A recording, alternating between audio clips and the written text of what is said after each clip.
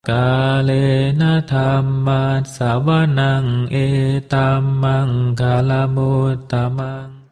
Mari kita selesaikan pembacaan buku Sariputta Riwayat Hidup Sang Dhamma Senopati Jilid 2. Ini merupakan video kelima dari buku dengan judul asli The Life of Sariputta, dihimpun dan diterjemahkan dari naskah Pali oleh Yang Mulia Nyana Ponika Thera, alih bahasa Upa Sasanasena Seng Hansen, editor Insinyur Agus Santoso, penerbit Insight Widyasena Production, Yogyakarta, cetakan pertama Februari 2007. Silakan juga cek penanda waktu di deskripsi video jika ingin masuk ke pokok bahasan tertentu. Baiklah, kita lanjutkan pembacaan buku Sariputta Riwayat Hidup Sang Dhamma Senopati. Bagian 4. Khotbah Sariputta. Sutta yang diberikan oleh Hyang Arya Sariputta meliputi topik-topik yang luas berhubungan dengan kehidupan suci, mulai dari moralitas sederhana hingga inti ajaran dan praktek meditasi yang mendalam.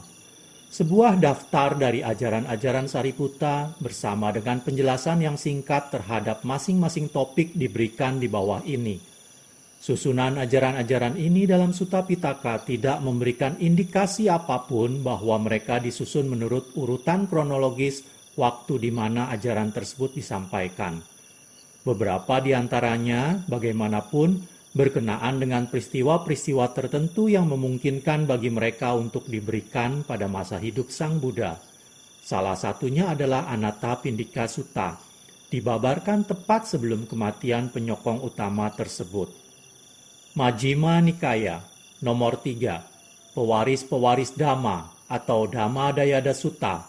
Setelah Sang Buddha telah membabarkan pewaris-pewaris Dhamma dan pewaris-pewaris keduniawian dan kembali ke kamarnya, Yang Arya Sariputta berbicara kepada para biku tentang bagaimana mereka seharusnya bertindak dan bagaimana mereka seharusnya tidak bertindak ketika Sang Buddha pergi menyendiri. Mereka juga seperti beliau seharusnya mengupayakan penyendirian, harus menolak apa yang dikatakan kepada mereka untuk menyerah, atau menolak apa yang malah melemahkan mereka, dan harus rendah hati dan mencintai kesunyian. Beliau menyimpulkan dengan menyebutkan tentang kejahatan dari 16 kekotoran pikiran dan mengatakan bahwa jalan tengah yang dapat melenyapkan kekotoran-kekotoran tersebut adalah jalan mulia berunsur 8. Nomor 5. Tanpa noda atau Ananggana Sutta.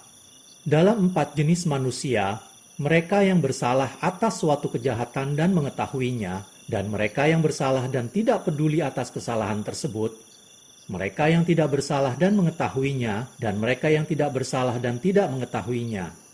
Jenis pertama dari tiap pasangan jenis manusia dikatakan lebih baik dibandingkan dengan yang keduanya, dan alasannya dijelaskan. Khotbah ini menunjukkan pentingnya pengamatan diri terhadap perkembangan moral dan spiritual. Nomor 9. Pandangan benar atau Samaditthi Sutta terdapat dalam uraian di atas. Nomor 28. Khotbah besar tentang perumpamaan jejak kaki gajah atau Maha Hati Padopama Sutta terdapat dalam uraian di atas. Nomor 43. Khotbah besar tentang penjelasan atau Mahawedala Sutta. Sang sesepuh menjawab sejumlah pertanyaan yang diajukan oleh Hyang Arya Mahakotika yang terkemuka dalam hal pengetahuan analitis.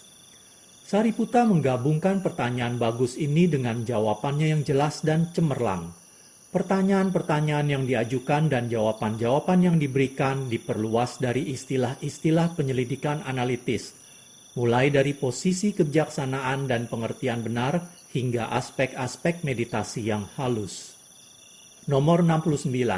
Khotbah kepada Gulisani atau Gulisani Sutta mengenai tingkah laku dan latihan dhamma yang seharusnya diikuti oleh seorang biku hutan. Ditanyakan oleh Hyang Arya Mahamoggallana, sesepuh menjelaskan bahwa kewajiban yang sama juga seharusnya ditujukan kepada para biku yang menetap di sekitar kota-kota atau desa-desa. Nomor 97. Khotbah kepada Dhananjani atau Dhananjani Sutta, yang Arya Sariputta menjelaskan kepada Brahmana Dhananjani bahwa beragam kewajiban seorang umat awam adalah tidak dibenarkan melakukan tindakan tercela, tidak pula membebaskan seseorang dari konsekuensi-konsekuensi atas tindakan salah tersebut di masa mendatang. Selain itu, ketika Dhananjani terbaring di atas ranjang kematiannya, dia memohon kesediaan Yang Arya Sariputta untuk membesuknya. Dan kemudian Yang Arya Sariputta menjelaskan kepadanya jalan menuju Brahma melalui praktek Brahma Wihara. Sang Buddha dengan lembut menegur Sariputta karena tidak membimbing Dhananjani menuju pencapaian yang lebih tinggi. Nomor 114. Untuk dilatih dan untuk tidak dilatih, atau Sevitabha Sutta.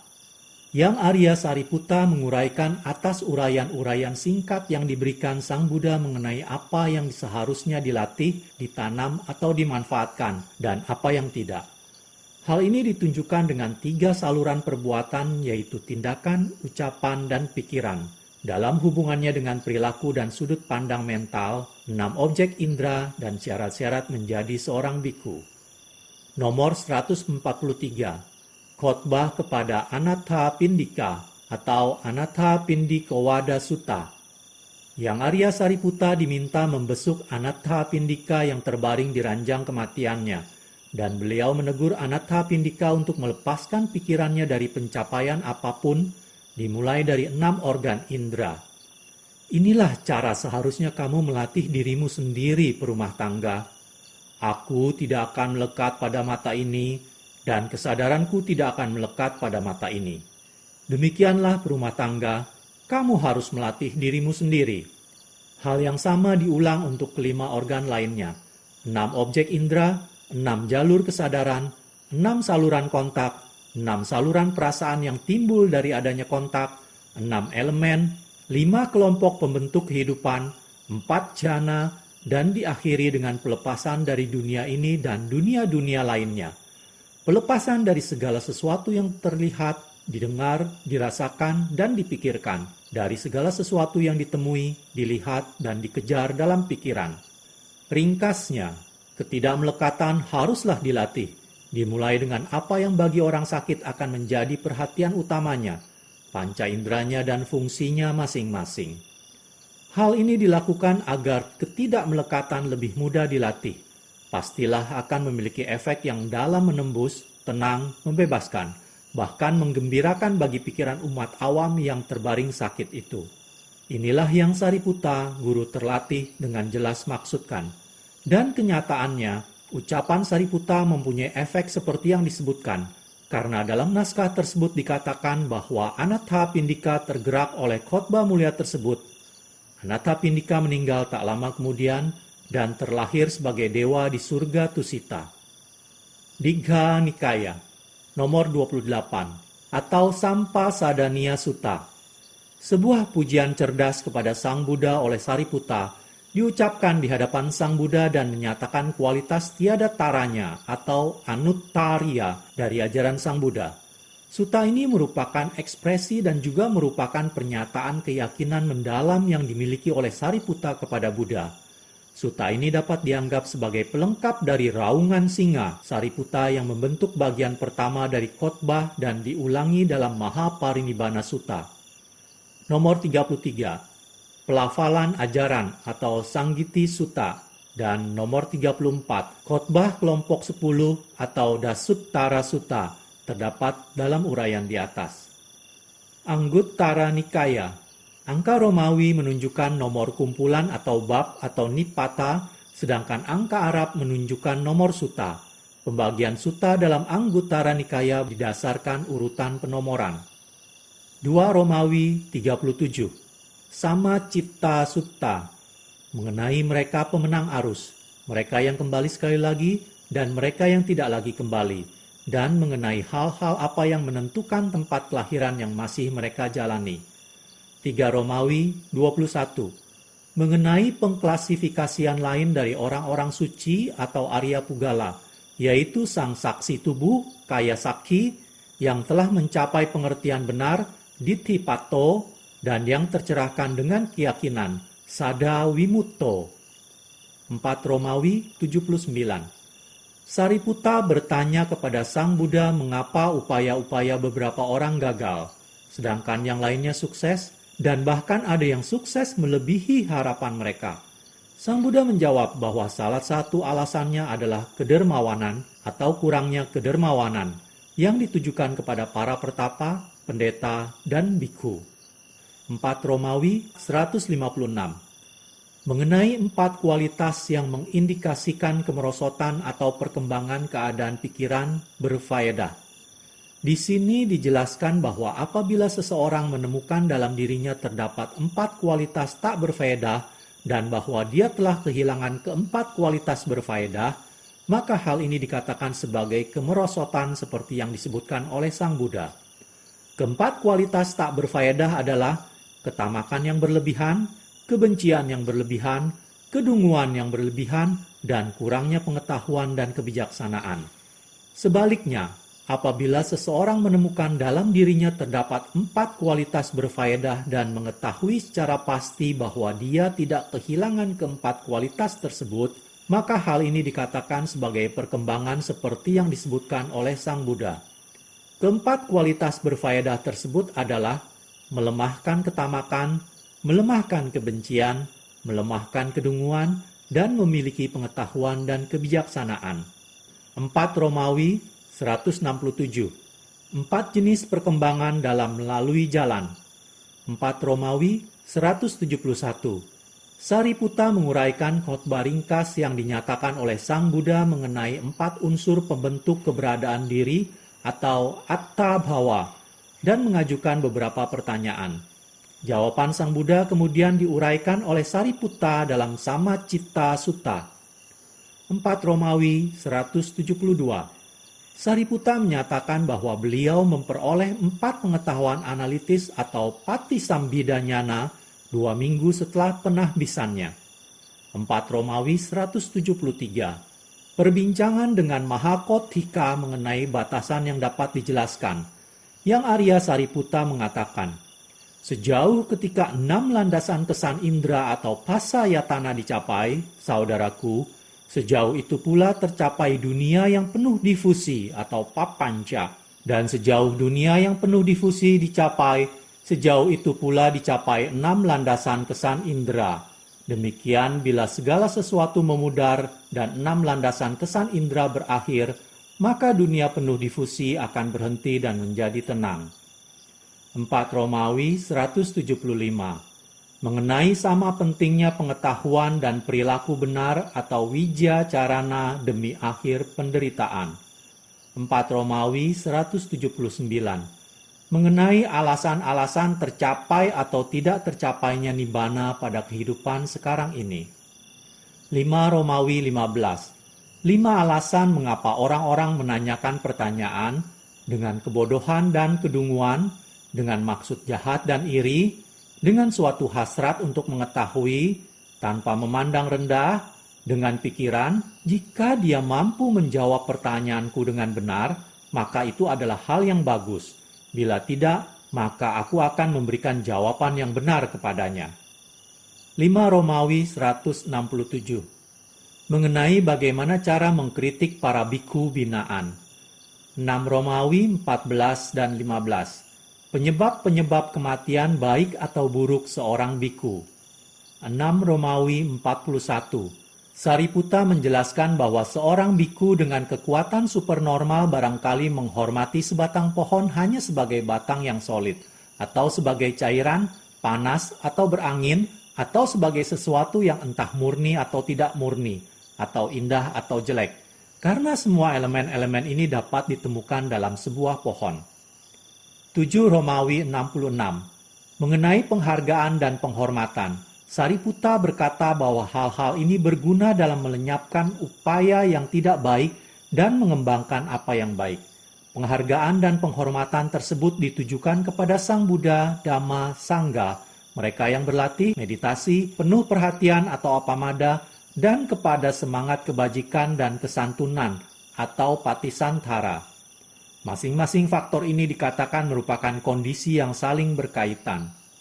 9 Romawi 6. mengenai dua hal yang harus diketahui tentang masyarakat, Pindapata, pondokan, desa, kota, dan negara. Apakah seseorang harus berhubungan dengan hal-hal ini, menggunakannya, atau hidup di dalamnya, atau apakah sebaliknya? 9 Romawi 11. Raungan singa kedua Sariputta yang diucapkan di hadapan Sang Buddha pada peristiwa seorang biku menuduhkan fitnahan. Dengan 9 kiasan beliau menyatakan pembebasan dirinya dari amarah, kemelekatan, dan ketidakmampuannya untuk menyakiti makhluk lain. 9 Romawi 13. Sebuah perbincangan dengan Yang Arya Mahakothika mengenai tujuan dari menjalani kehidupan suci. 9 Romawi 14. Yang Arya Sariputta menanyakan kepada Yang Arya Samidhi mengenai pentingnya dhamma dan membuktikan jawabannya. 9 Romawi 26. Naskah ini mengilustrasikan rasa keadilan yang dimiliki oleh Yang Arya Sariputta bahkan kepada mereka yang berbuat salah. Beliau memperbaiki sebuah pernyataan yang ditujukan kepada Dewadatta yang mungkin ditangkap salah oleh seorang pengikut Dewadatta. Menanggapi hal tersebut, Sariputta berbicara kepada biku tersebut dengan pikiran yang jernih sepenuhnya dan sabar, yang tidak goyah bahkan oleh kesan-kesan yang paling atraktif sekalipun. 9 Romawi 34. Mengenai Nibbana yang dijelaskan sebagai kebahagiaan melebihi perasaan-perasaan. 10 Romawi 7. Sariputta menjelaskan meditasinya, yang mana dia hanya memiliki satu persepsi, yaitu bahwa Nibbana adalah akhir dari keberadaan. 10 Romawi 65. Dilahirkan adalah sebab penderitaan, tidak dilahirkan adalah kebahagiaan. 10 Romawi 66. Memiliki kesenangan dalam dhamma dan winaya Sang Buddha adalah kebahagiaan. Tidak memilikinya adalah penderitaan. 10 Romawi 67-68. Penyebab-penyebab perkembangan dan kemerosotan berkenaan menanam apa yang berfaedah. 10 Romawi 90. Mengenai 10 kekuatan seorang arahat yang berhak menyatakan pencapaiannya. Samyutta Nikaya, Nidana Samyutta. 24. Sariputta menolak alternatif-alternatif yang menyatakan bahwa penderitaan merupakan hasil baik dari seseorang ataupun dari orang lain, dan menjelaskan kondisi yang menimbulkan penderitaan dari kontak atau phasa. 25. Hal yang sama dinyatakan berkenaan dengan kebahagiaan dan penderitaan atau sukha dukkha. 31. Mengenai kondisi yang menimbulkan keberadaan. 32. Kalara Sutta. Khandha Samyutta. 1. Sariputta menjelaskan secara terperinci khotbah Sang Buddha. Walau tubuh ini sakit, pikiran tidak boleh sakit. 2. Para biku yang mengembara menuju wilayah asing diarahkan oleh Sariputta mengenai bagaimana cara untuk menjawab pertanyaan-pertanyaan yang ditujukan kepada mereka oleh umat non-Buddhis. Beliau mengatakan kepada para biku bahwa pemusnahan keinginan bagi 5 unsur pembentuk kehidupan adalah inti dari ajaran. 122-123. Mengenai pentingnya merefleksi 5 unsur pembentuk kehidupan. Bila seseorang memiliki nilai-nilai keluhuran merenungkan kelima unsur pembentuk kehidupan sebagai sesuatu yang tidak kekal, merupakan penderitaan, maka dia mampu mencapai tahapan pemasuk arus. Bila seorang pemenang arus yang kembali sekali lagi atau yang tidak kembali lagi merenungkan hal tersebut, maka dia mampu mencapai tahapan yang lebih tinggi. Seorang arahat juga harus merenungkan kelima unsur tersebut, karena akan menimbulkan kebahagiaan di sini dan saat ini, kesadaran penuh dan pemahaman jernih. 126. Mengenai ketidaktahuan dan pengetahuan. Sariputta Samyutta 1-9. Dalam 9 naskah ini, Sariputta berbicara mengenai 9 pencapaian meditatifnya. 10. Pada suatu ketika di Rajagaha, setelah berpindapata, Yang Arya Sariputta membawa makanannya dekat dengan sebuah dinding. Seorang pertapa wanita bernama Sucimukhi mendekatinya dan bertanya apakah ketika sedang makan beliau menghadap satu atau beberapa arah, seperti yang biasa dilakukan oleh para pertapa non-Buddhis. Sariputta menolak hal tersebut.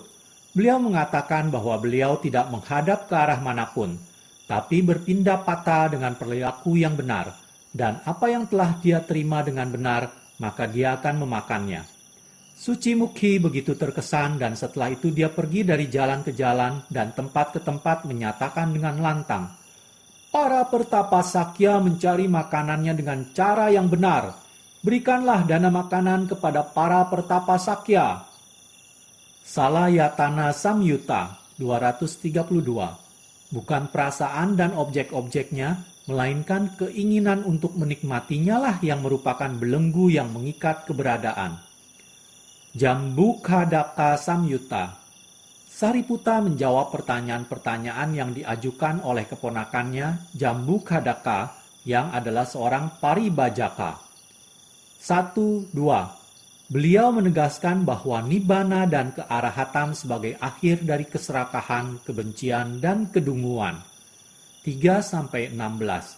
Beliau menjawab pertanyaan-pertanyaan tentang mereka yang menyatakan kebenaran, mengenai tujuan dari menjalani kehidupan suci, mengenai mereka yang telah menemukan kebenaran sejati. Beliau menjelaskan perasaan, ketidaktahuan, noda-noda, kepribadian, dan lain-lain, dan berbicara mengenai apa yang sulit dalam Dhamma dan Vinaya Buddha. Indriya Samyutta 44. Ditanyakan oleh Sang Buddha, Sariputta mengatakan bahwa tanpa meragukan keyakinannya kepada Tathagata, namun berdasarkan pengalamannya sendiri, beliau mengetahui bahwa 5 kecakapan spiritual atau kepercayaan diri dan lain-lain akan membimbing pada kebenaran. 48-50. Mengenai 5 kecakapan spiritual. Sotapatti Samyutta 55. Mengenai 4 faktor-faktor yang mengkondisikan seorang pemasuk arus atau Sotapatti Yangga. Bagian 5. Sariputta dalam Jataka. Seperti yang diperkirakan, Yang Arya Sariputta seringkali muncul dalam Jataka, kumpulan kisah kehidupan masa lampau Sang Buddha. Di dalamnya, Bodhisattva dan Sariputta memegang berbagai macam peranan. Dalam beberapa kelahiran kita dapat menemukan Sariputta sebagai guru dan Bodhisattva sebagai murid.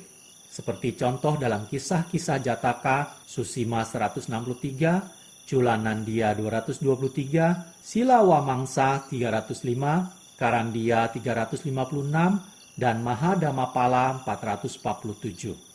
Di dalam Mahadhamapala, Bodhisattva sebagai murid memberikan gurunya Sariputta sebuah pelajaran berharga, tidak memberikan 5 sila sembarangan kepada mereka yang tidak memiliki tekad untuk menerima maupun melatih ke-5 sila tersebut.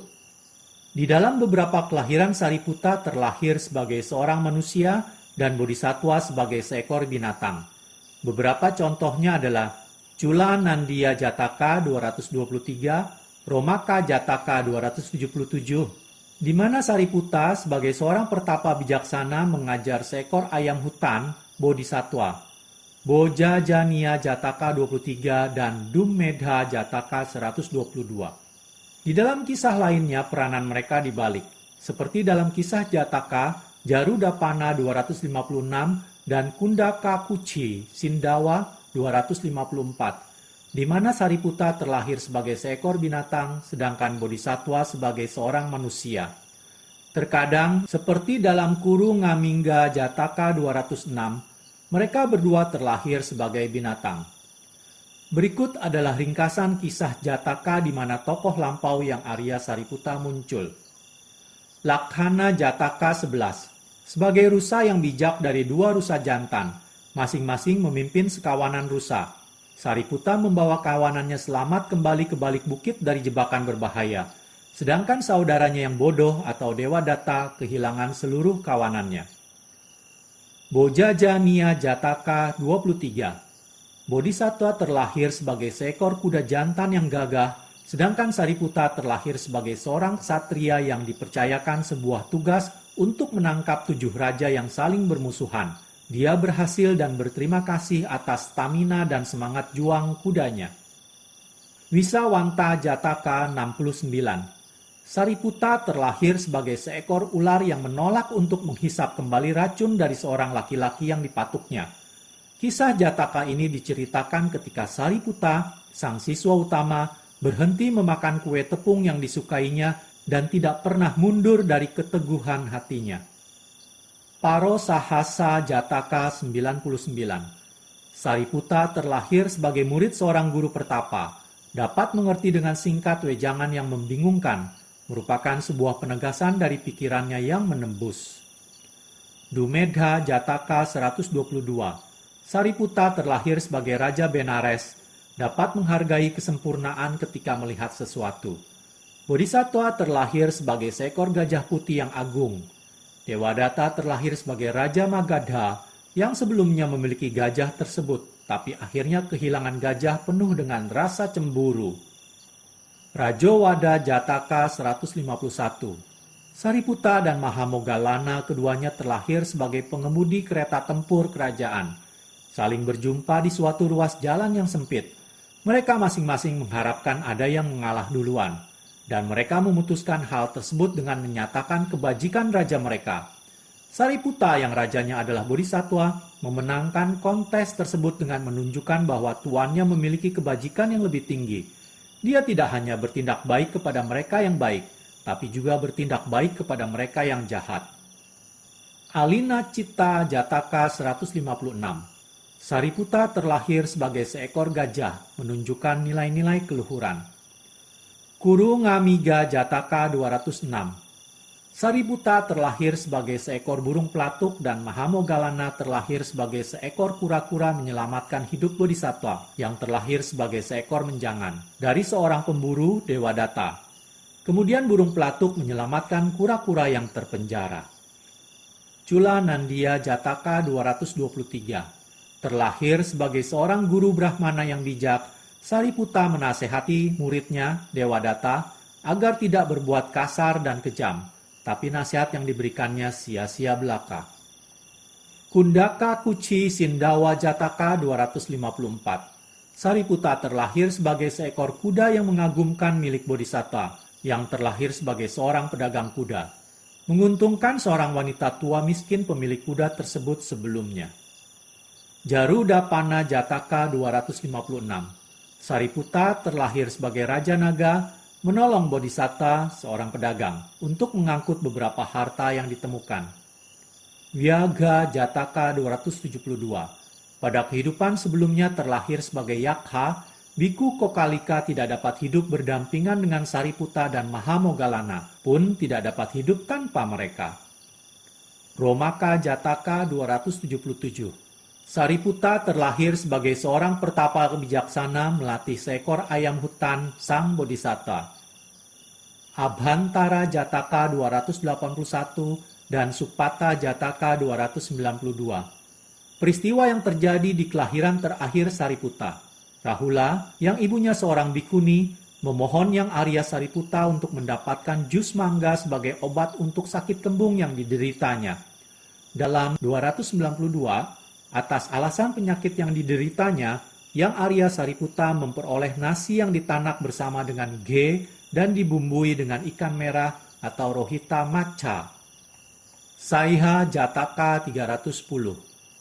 Ananda terlahir sebagai seorang raja yang mengirimkan orang kepercayaannya, Saiha atau Sariputta, kepada teman masa remajanya, Bodhisatta, yang telah menjadi seorang pertapa, memohonnya untuk kembali walau sia-sia.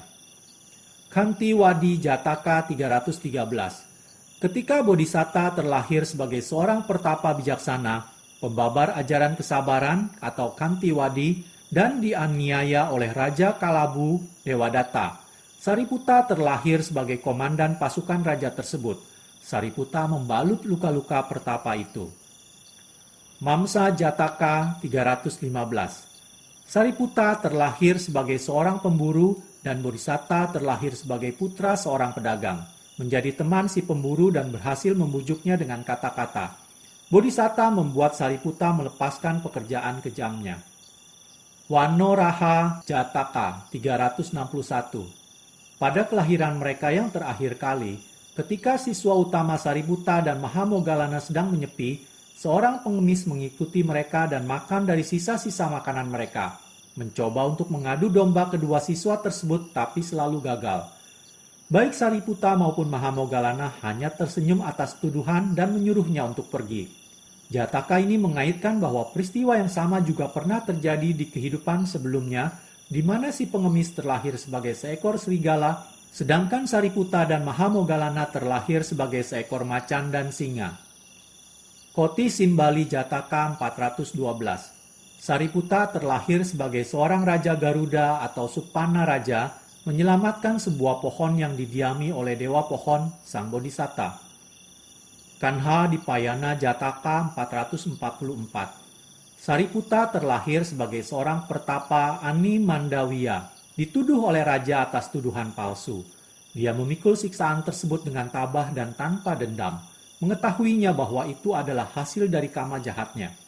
Bodhisatta yang terlahir sebagai kakak pertapa tersebut, Kanha Dipayana, yang merupakan seorang yang bertindak sesuai dengan kebenaran, mengakui bahwa selama dia hidup sebagai pertapa tak sepenuh hati, kecuali selama minggu pertamanya menjadi seorang pertapa. Mahapaduma Jataka 472. Sariputta terlahir sebagai Dewa Bukit, menyelamatkan hidup Bodhisatta yang terlahir sebagai Pangeran Mahapaduma. Lampiran, sebuah catatan tentang relik yang Arya Sariputta dan yang Arya Mahamogalana. Di Bukit Sanchi, Bhopal, terdapat sisa-sisa jejak 10 stupa yang merupakan salah satu di antara bangunan tertua yang masih berdiri di India.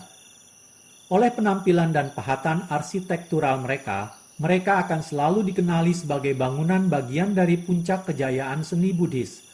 Karakter di mana sekian banyak prasasti dituliskan diletakkan pada sekitar periode Raja Asoka, yaitu masa sekitar pertengahan abad ketiga sebelum Masehi.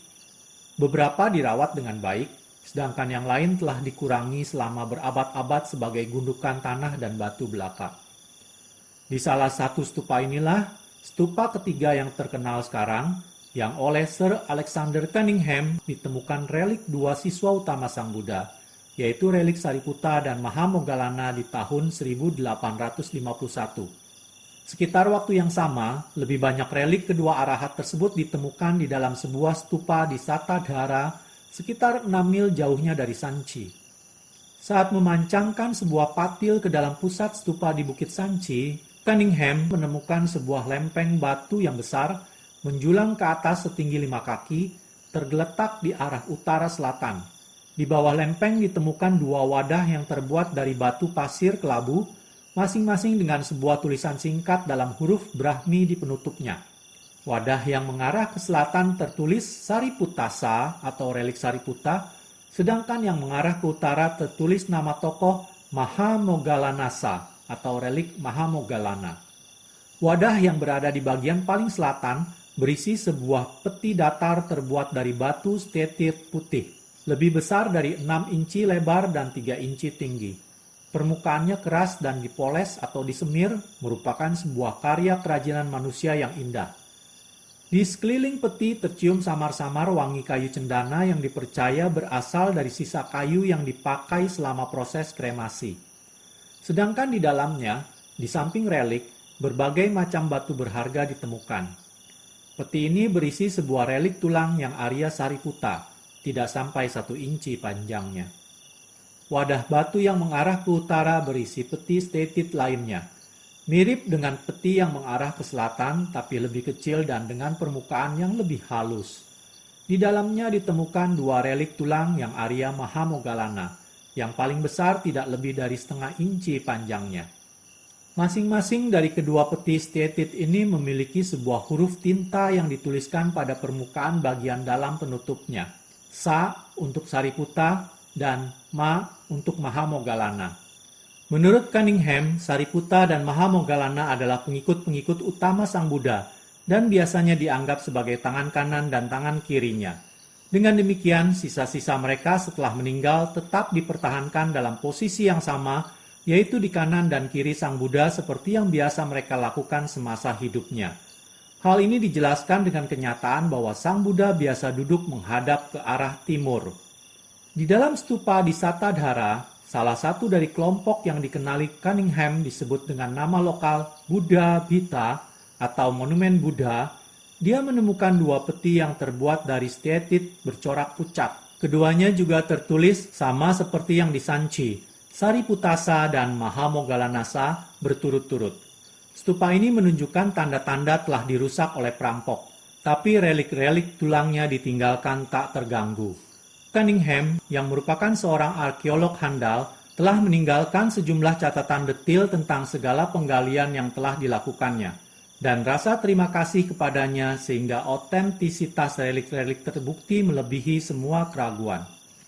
Relik-relik dari kedua stupa dipindahkan ke Inggris dan ditempatkan di Museum Victoria dan Albert. Tapi beberapa ketidaksesuaian antara penjelasan Cunningham mengenai peti dan wadah-wadah yang sebenarnya di mana relik-relik disimpan memberikan alasan untuk mempercayai bahwa dia atau orang lain memindahkan relik-relik dari Sanchi ke peti yang ditemukan di Satadhara, dan peti Stated Sanchi tidak diketahui dengan pasti. Relik-relik suci dijaga dalam Museum Victoria and Albert sampai tahun 1939. Ketika lembaga Mahabodhi mendekati pemerintah Inggris dengan sebuah permohonan untuk mengembalikan relik-relik tersebut kepada India. Permohonan tersebut disetujui, tapi akibat pecahnya Perang Dunia Kedua pada tahun tersebut, proses pemindahan ditunda demi alasan keamanan hingga 24 Februari 1947.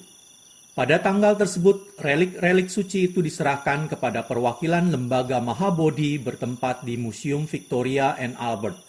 Dan dengan demikian dimulailah perjalanan relik-relik tersebut pulang ke tanah asal mereka. Sebelum dipulangkan ke India, relik-relik tersebut dibawa ke Sri Lanka, di mana mereka diterima dengan penghormatan tinggi dan di tengah-tengah kegembiraan semua umat. Selama 2,5 bulan pada tahun 1947, relik-relik tersebut dipamerkan untuk pemujaan umum di Museum Colombo, di mana diperkirakan melebihi 2 juta orang memberikan penghormatan kepada relik-relik tersebut. Dikatakan bahwa tidak hanya umat Buddha, tapi juga Hindu, Kristen, dan Muslim ikut bergabung memberikan penghormatan kepada relik-relik tersebut. Perjalanan selanjutnya menuju wihara baru yang sengaja didirikan sebagai tempat penyimpanan relik tersebut di Sanchi adalah Kalkuta. Di sana relik-relik tersebut dipamerkan untuk penghormatan umum di Wihara Dharma Rajika, pusat lembaga Mahabodhi India. Pemandangan kebaktian keagamaan yang sama kembali dapat dilihat. Setiap hari selama 2 minggu sebuah arus manusia yang tak kunjung putus tercipta mengarah pada tempat relik-relik tersebut disimpan, dari pagi hingga larut malam. Kebanyakan dari umat yang datang adalah penganut Hindu, tapi juga terdapat sejumlah besar Muslim di antara mereka, dan penghormatan diberikan oleh semua merupakan pemandangan yang sangat menyentuh. Banyak yang datang dari bagian yang jauh untuk memberikan penghormatan mereka kepada relik-relik Putra Agung India ini. Berikutnya datang sebuah permohonan dari Burma bahwa relik-relik tersebut juga seharusnya dipuja di sana. Permohonan ini disetujui. Penyambutan yang hangat yang ditujukan kepada relik-relik tersebut di negara itu membangkitkan kembali segala nuansa kemegahan dan semangat keagamaan masa lampau. Agar semua orang di Burma mempunyai kesempatan untuk memuja mereka, relik-relik tersebut dibawa untuk menelusuri sungai Irrawaddy dari Mandalay hingga Rangoon. Kapal uap yang membawa relik-relik tersebut berjalan diiringi dengan kapal-kapal yang didekorasi ala tradisi Burma. Dan di semua kota di sepanjang sungai, relik-relik tersebut dibawa ke darat untuk dilakukan prosesi puja di pagoda utama. Pada waktu yang sama, pertemuan keagamaan diadakan, menggambarkan keramaian orang yang luar biasa padat dari desa-desa berdekatan untuk mendengar khotbah dan pengulangan suta-suta yang biasanya dilanjutkan sepanjang malam. Kemudian, atas permohonan dari masing-masing pemerintah, relik-relik tersebut dibawa ke Nepal dan Ladakh. Setelah relik-relik tersebut dikembalikan ke India, pemerintah Burma meminta sebagian dari relik suci tersebut untuk diberikan kepada Burma. Lembaga Mahabodhi menyetujui permohonan ini. Dan kemudian Perdana Menteri Burma pergi sendiri ke Kalkuta untuk melakukan langsung serah terima ini. Diadakan upacara serah terima kepadanya pada tanggal 20 Oktober 1950. Bagian yang dibagikan kepada Burma kemudian disimpan di Kaba Ayechedi, atau Pagoda Perdamaian Dunia, dibangun di tempat konsili Buddhis sedunia ke-6 dekat Rangoon. Upacara megah diadakan pada saat peresmian pagoda serta penyimpanan relik dari 5 hingga 11 Maret 1952. Bagian lain diberikan kepada Sri Lanka untuk disimpan di dalam sebuah stupa baru yang sengaja dibangun oleh Lembaga Mahabodhi Sri Lanka. Selama masa pembangunan relik tersebut ditempatkan dalam sebuah kuil Lembaga Mahabodhi, Colombo, menunggu hingga penyelesaian stupa tersebut. Pada tanggal 30 November 1952, relik-relik yang tersisa yang seharusnya disimpan di Sanchi menunggu penyelesaian pembangunan Wihara Cetiyagiri untuk menerima relik-relik tersebut.